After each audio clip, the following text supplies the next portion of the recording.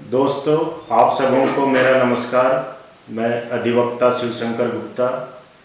मेरा YouTube channel पर मैं आज आप सबों को एक जानकारी, कानूनी जानकारी बताऊंगा। प्राकृतिक न्याय, जिससे कि नेचुरल जस्टिस कहते हैं, और हिंदी में दैवीय न्याय, नैसर्गिक न्याय आदि नामों से भी जाना जाता है।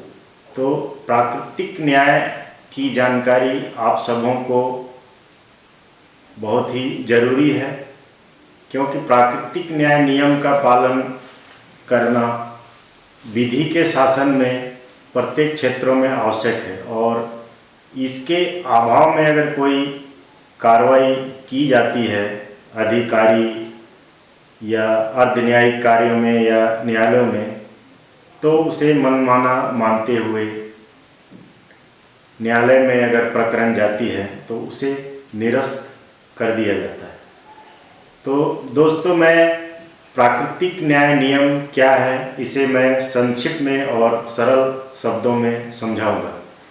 प्राकृतिक न्याय नियम का जो है मुख्य नियम होता है, पहला है, कोई भी व्यक्ति अपने मामले का न्यायाधीश नहीं होगा। अर्थात इसका सामान्य अर्थों में आप लोग समझ सकते हैं कि कोई भी व्यक्ति, चाहे वह अधिकारी हो, न्यायाधीश हो या अन्य कोई भी प्रशासनिक अधिकरण के अध्यक्ष इत्यादि हो, जिसमें उनकी हितबद्धता हो, वह उस प्रकरण को सुनवाई कर निर्णय नहीं करेंगे। इसे ही प्राकृतिक न्याय नियम का पहला तत्व माना गया है कि कोई भी व्यक्ति अपने मामले का न्यायाधीश नहीं होगा।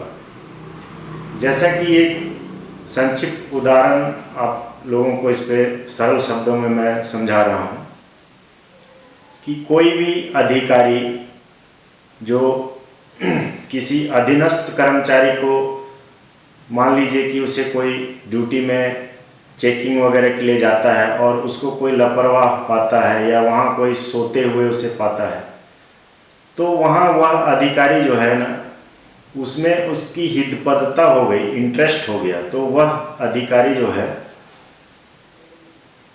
उस कार्रवाई में शामिल नहीं होगा। अर्थात वह उसका जो है निर्णय नहीं करेगा।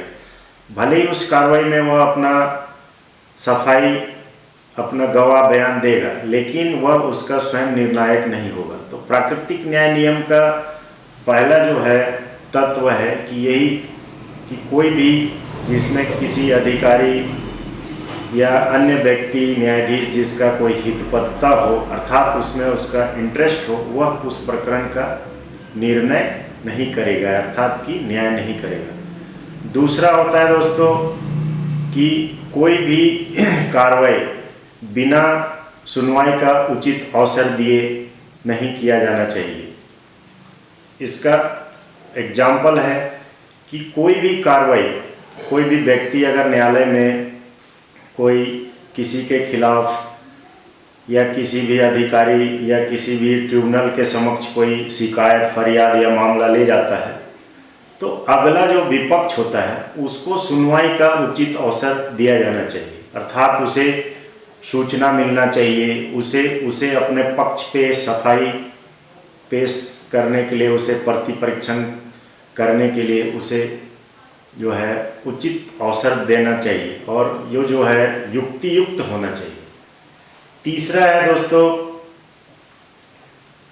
जो भी निर्णय लिया जाएगा वह सकारण होना चाहिए। अर्थात कि जो भी निर्णय लिया जा रहा है उसमें निर्णय का आधार, जिसे कि सरल शब्दों में कहा जाता है बोलता हुआ आदेश, इंग्लिश में जिसे कहते हैं स्पीकिंग ऑर्डर होना चाहिए। अर्थात प्राकृतिक न्याय नियम जो है, हमारा जो नैसर्गिक न्याय है, यह एक सार्वभौमिक न्याय है, और इसके तहत जो तीसरा आवश्यक होता है दोस्तों कि कोई भी निर्णय, आदेश या कोई भी ऐसा पारित किया जाए जिसमें भी ऑर्डर किसी का जीवन या स्वतंत्रता से संबंध हो, वह स्पीकिंग ऑर्डर होना चाहिए, अर्थात बोलता हुआ ऑर्डर होना चाहिए। ऐसा नहीं है कि उसमें हमारी सारी दलील आपने सुना, सारा चीज़ आपने किया, लेकिन आपने जो ऑर्डर पारित किया वह संपूर्ण आधार पर ना हो और एक तरफा और थोड़े शब्दों में ही आपका कोई निर्णय हो, तो वह जो है प्राकृतिक न्याय नियम के उल्लंघन में माना जाता है। और ऐसे जितने भी निर्णय आदेश जारी किए जाते हैं विधि के शासन के अंतर्गत, चाहे वह अर्धन्यायिक हो या न्यायिक कार्यों में हो, वह मनमाना माना जाता है। तो सरल शब्दों में आप लोग समझ सकते हैं दोस्तों कि प्राकृतिक न्याय जो है यह मूल और देवीय न्याय है। इसके अभाव में कोई भी अगर कार्रवाई की जाती है और वह व्यथित व्यक्ति अगर न्यायालय जाता है तो न्यायालय सर्वप्रथम देखता है कि भाई इसमें प्राकृतिक न्याय नियम का पालन हुआ है या नहीं। और इसी प्राकृतिक न्याय नियम जो है एक तरह से मनमानेपन के विरुद्ध जो है संरक्षण प्रदान करता है।